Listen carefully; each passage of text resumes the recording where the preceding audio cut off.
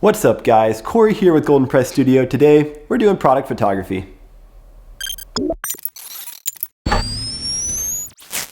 What is up guys? I've missed you and back in the day I did a video teaching you guys how to take e-commerce photos, and nowadays I do things a little bit differently, and I wanted to give you guys a kind of updated version of that video.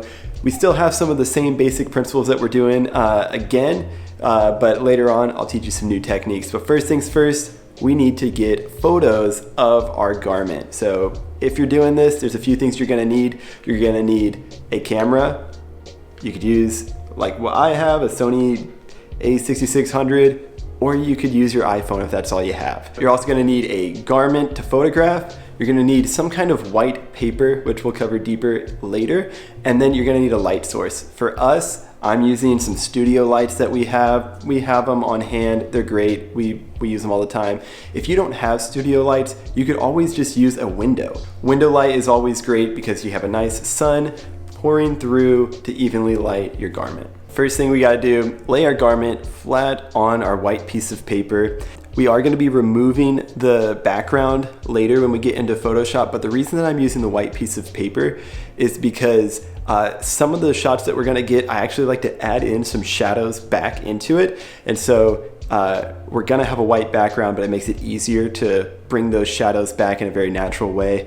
Also, if you're using some other kind of background, maybe like say you had a blue bedspread that you just laid your shirt on, you're trying to take these photos, that blue color could reflect some light onto the garment. Say if you were taking a picture of a white garment, there'd be some blue hues showing up on that. You just don't want that. So get a white piece of paper. You can go to any craft store and get some type of white paper, or you could be like us and get a big paper roll off of Amazon.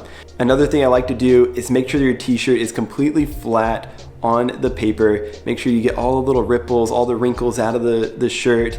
You know, you could iron your shirt if you need to. Another thing I like to do is grab a lint roller and just do a little pass by on it. Make sure any little hairs or things that are on the garment just get removed. You can always do that stuff in post, but fix it in pre. That's what we like to do. We like to fix things before we get into the computer. Simple thing, just a little pass by. Our shirt's laid down nice, flat, it's clean, it's straight, it's looking good. Next thing I want to do is set up my lights looking nice. How I've set them up, if you're using lights, is I just try to give two big light sources, blasting the garment on the ground just as close as I can kind of get them, just to kind of remove any type of shadows from the garment and anything, and just a nice even kind of wash of light on it. After that, it's time to take our photos. One more quick tip I'd like to add with lighting is I often like to turn off the overhead lights in the room just in case the other lights have a different color temperature than the lights that you're using, just so you don't have some weird color shifts on things. Just simple, flip your lights off, use your main lights. If again you're using a window light, take all the lights off in that whole room so you just have that natural window light coming in, so it's just a consistent color temperature. Time to take our photos. What we're gonna wanna do to get our photos, I like to do a straight top-down view. In the past I used a rig of some kind. Today we're just doing handheld. You can do it handheld, it's fine. We're gonna do a straight top-down handheld shot, and then we're also gonna do a little 45-degree angle shot. I like to do that one to add a little bit of variety to your e-commerce photos, and I think it looks nice. And for the garment that we're using today is a cool shirt that is from Watchman Clothing Co. One of the designers in our studio started this brand, makes some really cool stuff. So if you like the garment that we're taking a picture of, you can pick it up in the link in the bio and go show them some love. So for the settings that I'm using when I'm taking photos of these shirts are kind of important. For the most part, I'm aiming to just get proper exposure, but a few things to keep in mind. I like to keep my ISO as low as I can go to reduce the amount of grain in the photograph, as well as I like to push my f-stop or my aperture to a little bit of a higher number, maybe something around 5, 6, 7 in that range, instead of shooting at like f4 or f1 or 2. I do that so I can get a larger focus range in my photograph, just to make sure the entire garment is fully in focus and there's not like one main section that's in focus and then some of the stuff starts to lose focus as it falls off. All right, we got our photographs taken and they're looking nice, but we actually have to jump into the computer real quick so we can edit up those photos so we can get them out to the client so they can start selling shirts. Now, if you're out there and you are someone out there trying to sell some shirts, Golden Press is actually an amazing print shop. I don't know if you guys knew that about us, but we've been printing for a long time, doing excellent screen prints on garments. We actually specialize in using super soft print methods, things like discharge printing and water-based printing. And we're always printing on the softest and most well-fitting garments. We have an array of different wholesalers that we use. So if you're trying to get some shirts printed, reach out to Golden Press. You can go to the link in the bio, go to our website and fill out an order form, and we'll get some shirts rolling for you, and you will be looking slick and sick. So there you go. Check out Golden Press, get your shirts printed. All right, so we're over here with the computer. The first thing we want to do is just a quick, simple edit on our photos. You import them in, quick edit, little crop, and what I try to do when I'm editing my photos is just make sure things are looking natural in the way they should. Make sure the shirt colors are looking right, make sure things are a little brighter if they need to be. And that's all I really do in the editing phase. We've edited our photos, we have them on our desktop, and now we're gonna open them up in Photoshop. The first thing in Photoshop I wanna do is create a 10 by 10 inch document at 300 DPI. It's just so a square document and it's kind of good resolution. So just grab your images, pull them across your desktop and drop them in Photoshop once you have that document open. Here we go, we can see them all looking fine, and you can just turn them off with the eyedropper. We can just start with the bottom one and we can select that one. And then the first thing we want to do is go up to the top up here and hit select,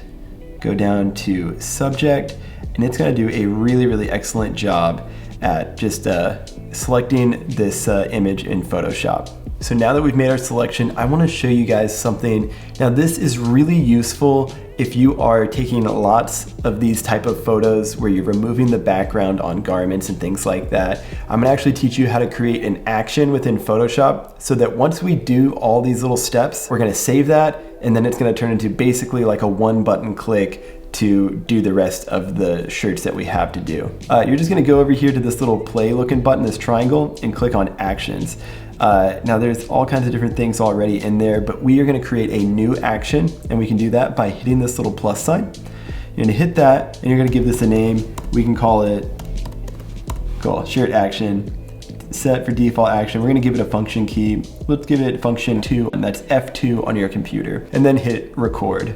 So now we're recording all the next steps that we do within Photoshop. So what we're gonna do to remove the background is create a mask on this layer. Often when you create a mask, it looks pretty good. This already did a really solid selection of our garment. I like to refine that selection just a little bit more. Sometimes when you make a selection on things, maybe if you don't have a perfect background, the selection's not perfect and it has some weird edges where you can obviously tell that this was chopped out of something within Photoshop, and we want to make it look as natural and real as possible. So I'm going to give you a little secret sauce on there just to enhance your selection. So the first thing that we want to do is create a mask on this, like I was saying. So you just go down here, this little guy, this little like rectangle with a circle, click on that, and now we've created a mask.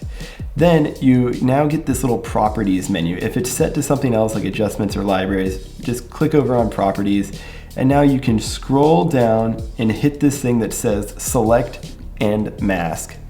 It's gonna bring up this new kind of window and menu. And now I'm just gonna give you just some of the ones that I always use. These ones work really well to get a nice soft edge that looks very natural to your selections. So we're gonna scroll down here, and where it says smooth, we're gonna set that to 6. So you can just bump that up right there to 6. Now these are kind of, it's okay if they're not exactly the same as mine, but these are the ones that I use that seem to work pretty well. We're gonna go over to feather, and we're gonna set that one to 7 pixels. Just pull that over, that seems pretty good. And then on contrast, we want that somewhere around like 67, could be good. And everything else is fine. Shift edge, you don't need to mess with that. And then you're just gonna hit OK.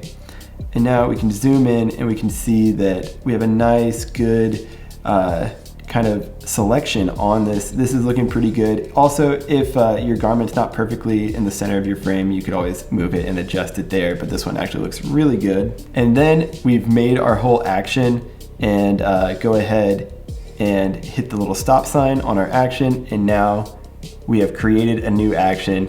And we can duplicate this process very quickly and simply. Let's go to another garment, this 45-degree angle one, and we can see that this one has a little bit of shadow to it, and I want to actually keep that shadow. Same as before, we are going to click on this layer.